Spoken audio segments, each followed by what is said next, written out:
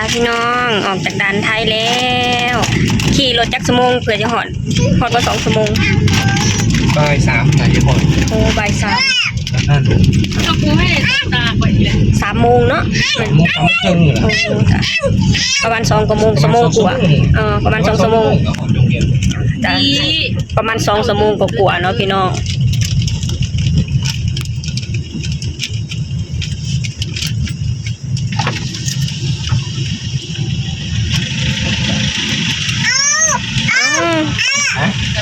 เอาขนมให้เพิ่นล่ะอาจจะ6 โมง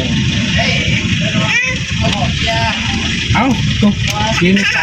ลูกวางจะชัวร์ออกกี่โมงเดี๋ยวยังไงจะโทรหา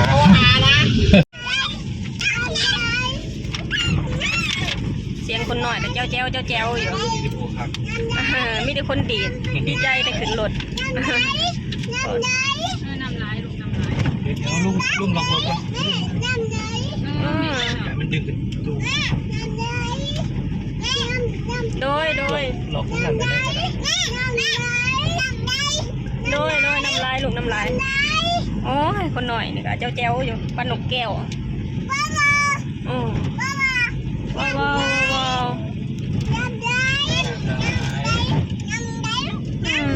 โอเคพี่น้องไปเจอกันอยู่เพื่อนน้องพี่น้องเนาะจะพากันลงไปจำบัตรแล้วก็จะกลับแล้วน้องพี่น้องเนาะจำบัตรอยู่ที่ฝั่งลาวแล้วก็จะกลับแล้วเจอกันอยู่เพื่อนน้องพี่น้องเนาะจำบัตรเรียบร้อยแล้วน้องพี่น้องเนาะเสียค่าประทุงกับภาษีเรียบร้อยละ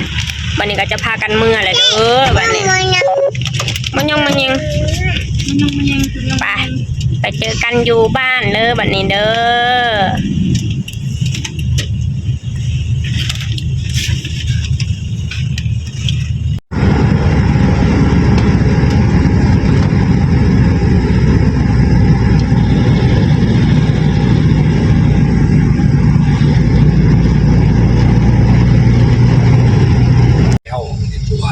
ค่ารถ1,500ตลาดดงเย็นแล้วจ้า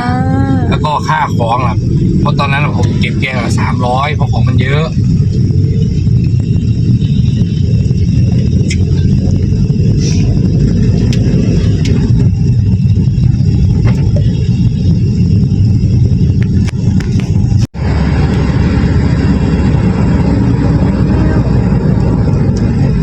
หมดแล้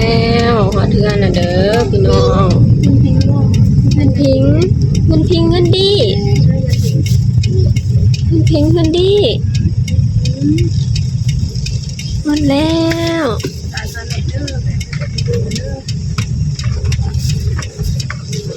บ่าย2 กว่าเนาะหมด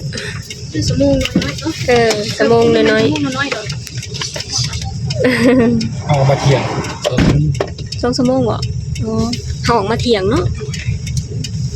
2 ชั่วโมง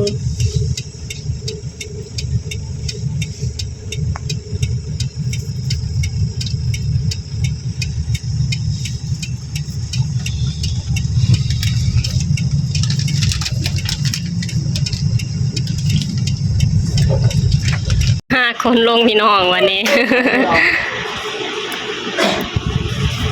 แค่ทำไรอ่ะแจ็คจนบัตร40,000อ่ะพี่ก้นจะตัวได้แต่เขาให้จัด41,155 บาททั้งหมดรวมค่าตัวได้ปี46,00 46,155 บาทน้าพิงนะเพื่อรวมภาษีพอดี46,000มีสว่านไม่ฝากก่อนดีกว่าสว่านไม่ฝากเขาเลือกสว่านนี่เวลาประกอบต้องใส่สว่านเดี๋ยวขันในโบยูเลยนี่เพราะว่าไม่ฮัดขันนะเดี๋ยวขันบนเนี่ยโยกแม่นจ้ะมีอยู่ไหมมีบอกว่าด้วยมีข้างเดียวไม่เลยนะซื้อใหม่อยู่จ้ะบ้างไว้ก่อนไหมอยากบ้างเข้าใหม่เราก็เข้าใหม่เลย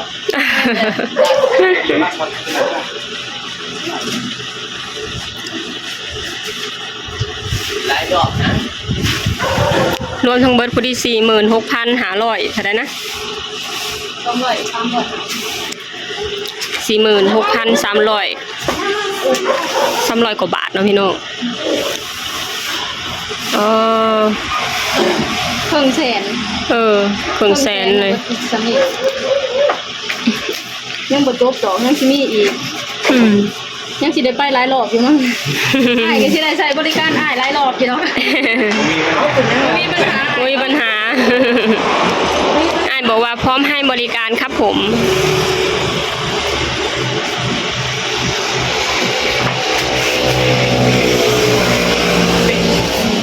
ตอนคนเป็นที่พนักงานบางคนใส่ แม่น ตอนคนกับพนักงานค้นลงมา ใส่รถเข็นลงมา แล้วสองฝั่งสุดท้ายคือเครื่อง จู่อ้าวคนหน่อยนี่เขินว่าสั่นเลยคนหน่อย พูด โอ้โหคือมานั่งกากเตย แล้ว เนี่ยพอเอาตู้ออกกลางงามเอามึงตัดเหรอ มึงตัดป่ะนี่ เก่งๆเลยเก่งๆเลย เจ๊งบ่บำมึงตัดบ่สาดนี่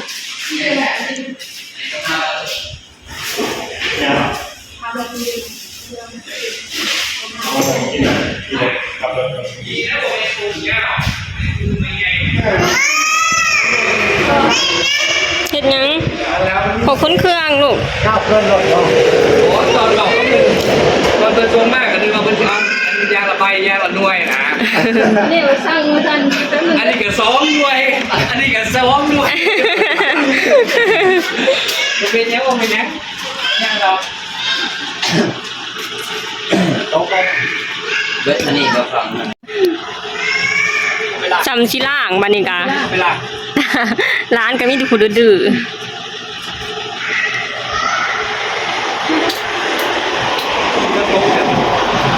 ิมแบบมัน สิ้นเดือนเดี๋ยวมันเอาเป็นโทรหาจ้ะ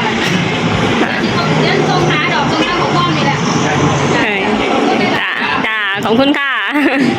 เดินทางปลอดภัยครับจะไม่ถนัดต้มไก่ไว้ทาเรา ต้มไก่ ก็คือบ่ต้มไปรอบนึง จับไก่บ่ได้บ่จับไก่บ่ได้บ่ ลืมคิด ได้พี่น้องครับแล้ว ไปแล้วพี่น้อง บ๊ายบาย แต่ว่าอันขี่จากอัน บ่ฮอดชั่วโมง เราว่า2 ชั่วโมงกว่าแล้ววะเฮาออกมาเที่ยงแล้ววะ บ่ งอนบ่ ออกมาแต่ด้านเล่าน่ะบ่ายโมงเช้า บ่เนาะบ่ายโมงสงสัยเราจำผิดไปแล้ว พี่น้องไทยลาวเฮากลับแล้วพี่น้องเอ้ยพี่น้องไทยเฮากลับแล้ว แม่มุกดาหารเลยค่ะแม่น เออ